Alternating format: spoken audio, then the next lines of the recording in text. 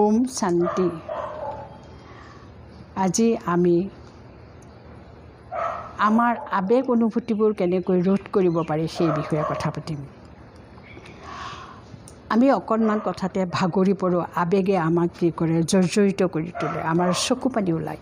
কিন্তু আমি আবেগক ৰোধ কৰিব পাৰিম যেতিয়া আমি আমাৰ নিজৰ প্ৰকৃত পৰিচয় জানিম। যে নিজৰ প্ৰকৃত পৰিচয় জানিলে আমাৰ দুখ কৰাৰ কোনো কাৰণেই নাথাকে। এইখিনিতে এটা প্ৰশ্ন উঠে, আমি আমাৰ নিজৰ পৰিচয় কেনেকৈ জানিম? আমি এইখিনিতে এখন বিখ্যাত গ্ৰন্থৰ কথা আপোনালোকক উল্লেখ কৰিম, যাক সৰ্বশাস্ত্ৰ শিৰোমণি বুলি কোৱা হয়, আৰু এই গ্ৰন্থ হ'ল সাৰ্বজনীন মানৱতাবাদী গ্ৰন্থ। এই গ্ৰন্থৰ অসংখ্য টীকা ভাষ্য ওলাইছে। অদ্বৈতবাদী শংকৰাচাৰ্যই কৰা ভাষ্য প্ৰথম গীতাৰ বিভিন্ন ভাষালৈ এই গ্ৰন্থ অনুদিত হৈছে।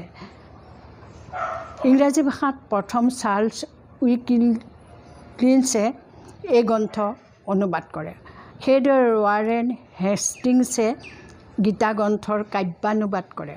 এনি বেছাণ্টেও গীতা গ্ৰন্থ অনুবাদ কৰিছিল। ৰুছ ভাষাত পেটাৰ্কৰ গীতা গ্ৰন্থখন মন কৰিবলগীয়া। লেটিন, ফৰাচী, গ্ৰীক, ইটালী, জাপান, আৰৱ আৰু পৃথিৱীৰ বিভিন্ন ভাষালৈ এই গ্ৰন্থ অনুদিত কৰা হৈছে। বৈজ্ঞানিকসকলেও গীতা গ্ৰন্থক সমাদৰ কৰিছিল। তেওঁলোকে গীতা গ্ৰন্থৰ শ্লোকসমূহ নিজৰ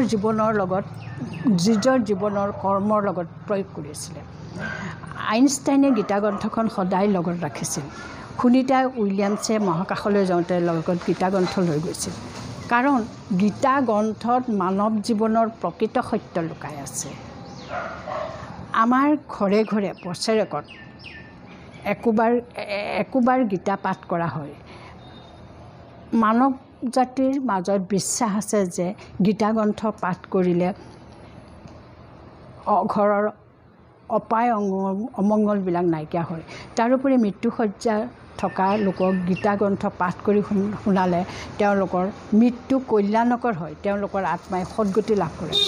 এই সকলোবিলাক আমি জানো, গীতাখনৰ ইমান অৱদান আমি জানো। কিন্তু আমি গীতা গ্ৰন্থখন আমি বাহিৰে আমি গীতা গ্ৰন্থখন চাওঁ। আমি ভিতৰি গীতা গ্ৰন্থখন অনুভৱ কৰিবলৈ চেষ্টা নকৰোঁ। আমি গোঁসাই ঘৰত তুলি থওঁ, বাহিৰে চুব নাপায় বুলি আঁতৰাই থওঁ। আচলতে আমি গীতা গ্ৰন্থখন সম্পূৰ্ণভাৱে পঢ়িব লাগিব।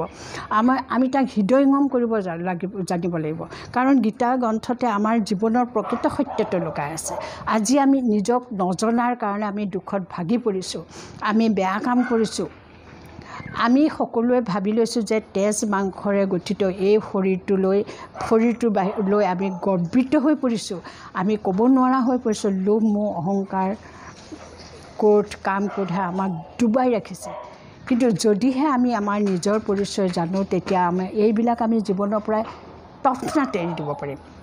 গীতা গ্ৰন্থখন এক আধ্যাত্মিক ভাৱাপন্ন গ্ৰন্থ। আধ্যাত্মিক শব্দটো অধ্যাত্ম শব্দৰ পৰা আহিছে। অধ্যাত্ম হ'ল অধি আত্মা, আত্মাৰ ওপৰত যি সিয়ে অধ্যাত্ম, আত্মাৰ ওপৰত পৰমাত্মা, পৰমাত্মাৰ নিজেই এই গীতা গ্ৰন্থখনৰ কথাবিলাক তেওঁ নিজেই কৈ গৈছে এফালৰ পৰা। কাৰণ তাত ভগৱানুবাচ শব্দটি আছে, ভগৱানেও উবাচ, ভগৱানে কৈছে। আমি যেতিয়া মই কোন বুলি ভাবিম, মই কোন বুলি ধৰি ল'ম, তেতিয়া আমাৰ স্বধৰ্ম, নিজৰ ধৰ্ম, সুখ শান্তি আনন্দবিলাক আমাৰ মনলৈ আহি যাব।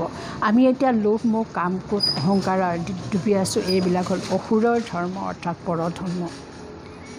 আমি পৰধৰ্মবিলাক গ্ৰহণ কৰিছোঁ। যেতিয়া আমি শৰীৰটোত আত্মাটো সোমালোঁ, তেতিয়া আমাৰ ধৰ্মই সলনি হৈ গ'ল। আমি আচলতে মানৱ জাতি দেৱতাৰ দৰে হ'ব লাগে। দেৱতাৰ ধৰ্ম, সুখ শান্তি আনন্দ আদি। যেনেকৈ আমি মন্দিৰত গ'লে দেৱতাৰ ওচৰত আঁঠু লওঁ, তেওঁলোকে আমাক শান্তি দিয়ে, সুখ দিয়ে, আনন্দ দিয়ে।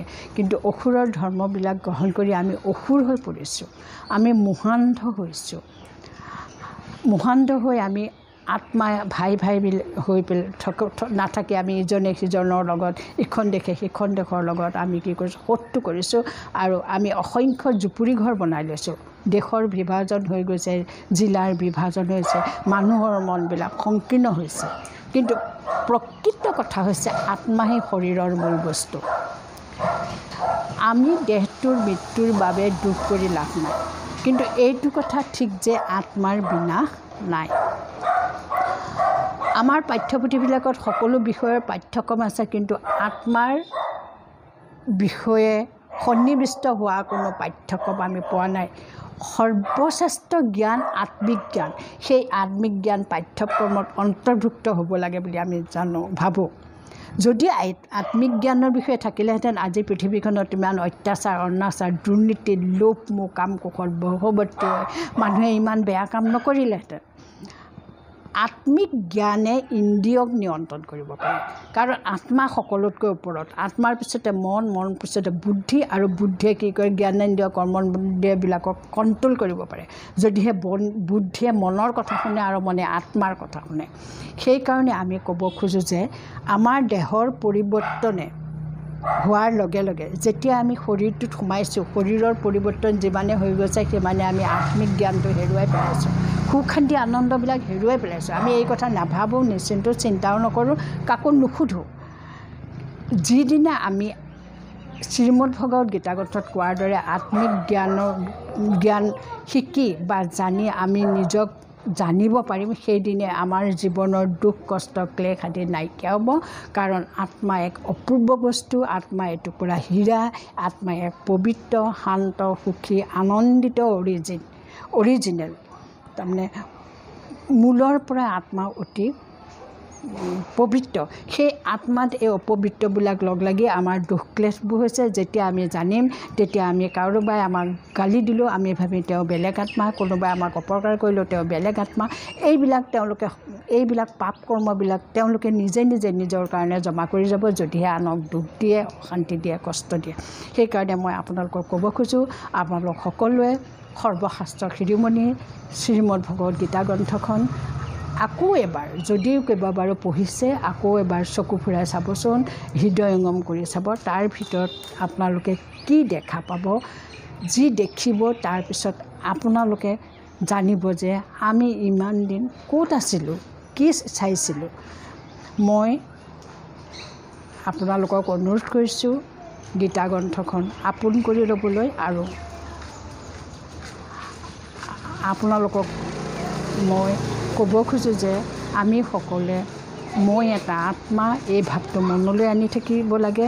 আৰু মই শান্তস্বৰূপ আত্মা, মই আত্মাৰ মৰণ নাই, কিন্তু শৰীৰৰ মৰণ আছে।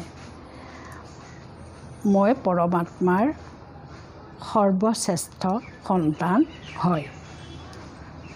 ওম শান্তি। ধন্যবাদ।